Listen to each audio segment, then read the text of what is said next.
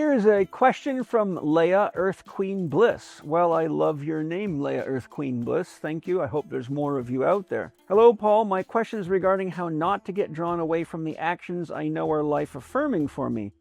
I can talk the talk, but still struggle to walk the walk. I sometimes get caught up in the busyness of the world, get tired and indulge in foods that aren't the best or don't move enough. Can you advise on how to fully live the life I want? Many thanks. Yes, this is a common problem. This is like the main thrust of what my Spirit Gym program is all about. You can have a look at myspiritgym.com, where I have 75 lessons and over 80 hours of pre-recorded training for you, and weekly meetings where we engage you, teach you more, and answer these kinds of questions and give you practical tools. So here's a sample of Spirit Gym for you. Well, first of all, there's a few factors involved. One, in my system, first you have to be clear on what your dream is. Remember, if you have a big enough dream, you don't need a crisis. So what you're really describing is falling into a series of mini crisis states. So once your dream is qualified, which means your heart buys into it and you're committed to doing the work of creating and living that dream, then the dream actually creates the levity that overcomes the inertia of the average individual's life, which is exactly what you're describing as your challenge. And so then you create values so that you're conscious of what choices to make. And that's what the 4 doctors are. What are your values around happiness? What are your values around movement? What are your values around diet?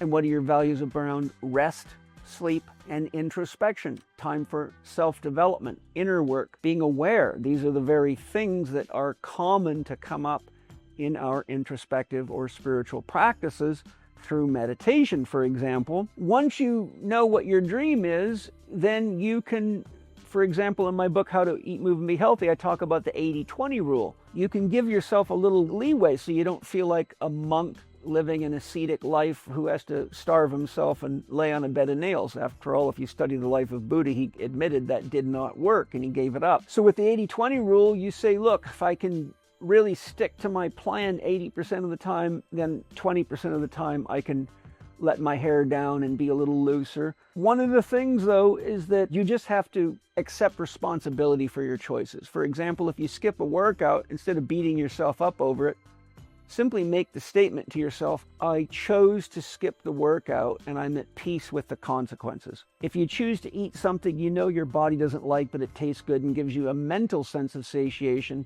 but isn't ideal for your body, you simply say, I chose to eat the popcorn or the chocolate or drink the alcohol or whatever. And then you take an adult perspective and you accept the ramifications, and that helps you be aware of the power of your choices.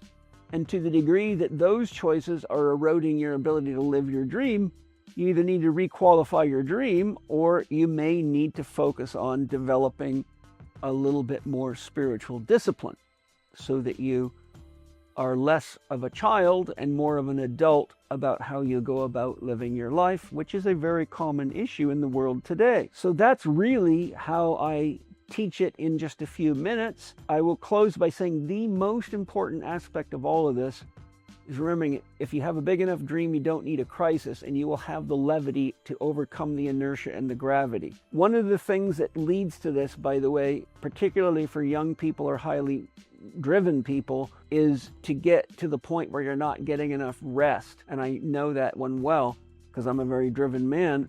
And you start getting tired and you start reaching for quick energy and sacrificing your values because you keep telling yourself, I got to get this done, I got to get this done. So you can have slow death by good intention that way.